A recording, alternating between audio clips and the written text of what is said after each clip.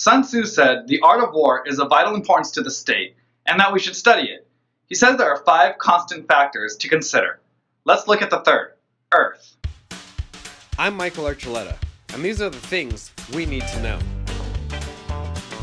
Like badass skills and tactics? Subscribe and hit the bell. Listen to the full audio/video book of The Art of War here. Chapters 9, 10, and 11 cover the matters of ground and terrain. In this video, we'll cover chapters 10 and 11, and save chapter 9 so I can tie it into this one later. I think the information comes across better when it's broken up into more biteable pieces. What do you think? Let me know in the comments what you'd like to see in these breakdowns. Okay, if you look at the text, Sun Tzu has the main points for each idea spaced out throughout the chapter. What I've done here is put together the far-reaching layout of the passages into organized and cohesive bits and lists. So let's see if we can get a better understanding by laying it out a little different. Hence the saying, if you know the enemy and know yourself, your victory will not stand in doubt. If you know heaven and know earth, you may make your victory complete. The natural formation of the country is the soldier's best ally, but a power of estimating the adversary, of controlling the forces of victory, and of shrewdly calculating difficulties, dangers, and distances constitutes the test of a great general. These 6 are the principles connected with earth. The general who has attained a responsible post must be careful to study them. We may distinguish 6 kinds of terrain to wit. 1. Accessible ground. 2. Entangling ground. 3. Temporizing ground. 4. Narrow passes. 5. Precipitous heights. 6. Positions at a great distance from the enemy. 1. Accessible ground. Ground which can be freely traversed by both sides is called accessible. With regard to ground of this nature, be before the enemy in occupying the raised and sunny spots, and carefully guard your line of supplies. Then you will be able to fight with advantage. 2. Entangling ground. Ground which can be abandoned but is hard to reoccupy is called entangling. From a position of this sort, if the enemy is unprepared, you may sally forth and defeat him. But if the enemy is prepared for your coming, and you fail to defeat him, then return, being impossible, disaster will ensue. 3. Temporizing ground. When the position is such that neither side will gain by making the first move, it is called temporizing ground. In a position of this sort, even though the enemy should offer as an attractive bait, it will be advisable not to steer forth, but rather to retreat, thus enticing the enemy in his turn. Then, when part of his army has come out, we may deliver our attack with advantage. 4. Narrow passes. With regard to narrow passes, if you can occupy them first, let them be strongly garrisoned and await the advent of the enemy.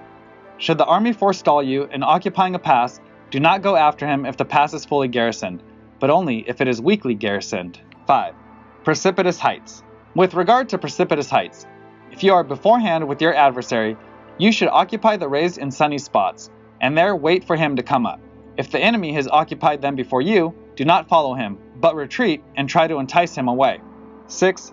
Positions at a great distance from the enemy. If you are situated at a great distance from the enemy, and the strength of the 2 armies is equal, it is not easy to provoke a battle, and fighting will be to your disadvantage. These 6 are the principles connected with earth. The general who has attained a responsible post must be careful to study them. The different measures suited to the 9 varieties of ground, the expediency of aggressive or defensive tactics, and the fundamental laws of human nature. These are things that must most certainly be studied. The art of war recognizes 9 varieties of ground. 1. Dispersive ground. 2. Facile ground. 3. Contentious ground. 4. Open ground. 5. Ground of intersecting highways. 6. Serious ground. 7. Difficult ground. 8. Hemmed-in ground. 9. Desperate ground. 1. Dispersive ground. When a chieftain is fighting in his own territory, it is dispersive ground. On dispersive ground, therefore, fight not. I would inspire my men with unity of purpose. 2. Facile ground. When he has penetrated into hostile territory, but to no great distance, it is facile ground.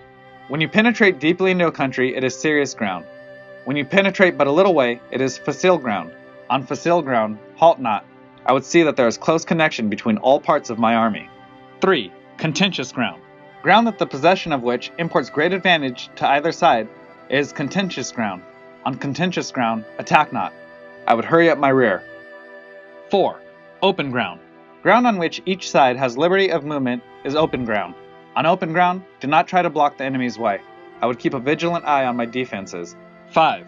Ground of intersecting highways. Ground which forms the key to 3 contiguous states, so that he who occupies it first has most of the empire at his command, is a ground of intersecting highways. When there are means of communication on all 4 sides, the ground is one of intersecting highways. On the ground of intersecting highways, join hands with your allies. I would consolidate my alliances. 6. Serious ground.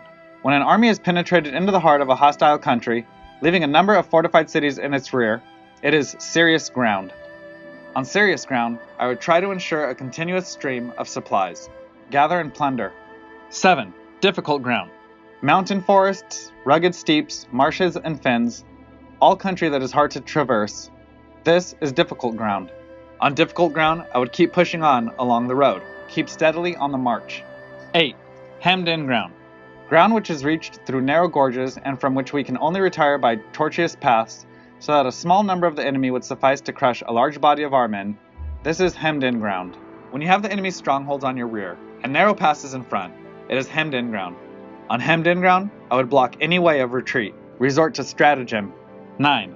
Desperate ground. Ground on which we can only be saved from destruction by fighting without delay is desperate ground. When there is no place of refuge at all, I would proclaim to my soldiers the hopelessness of saving their lives. On desperate ground, fight. So that was a hell of a brain exercise for me. I hope this video makes this concept a little easier for you to understand.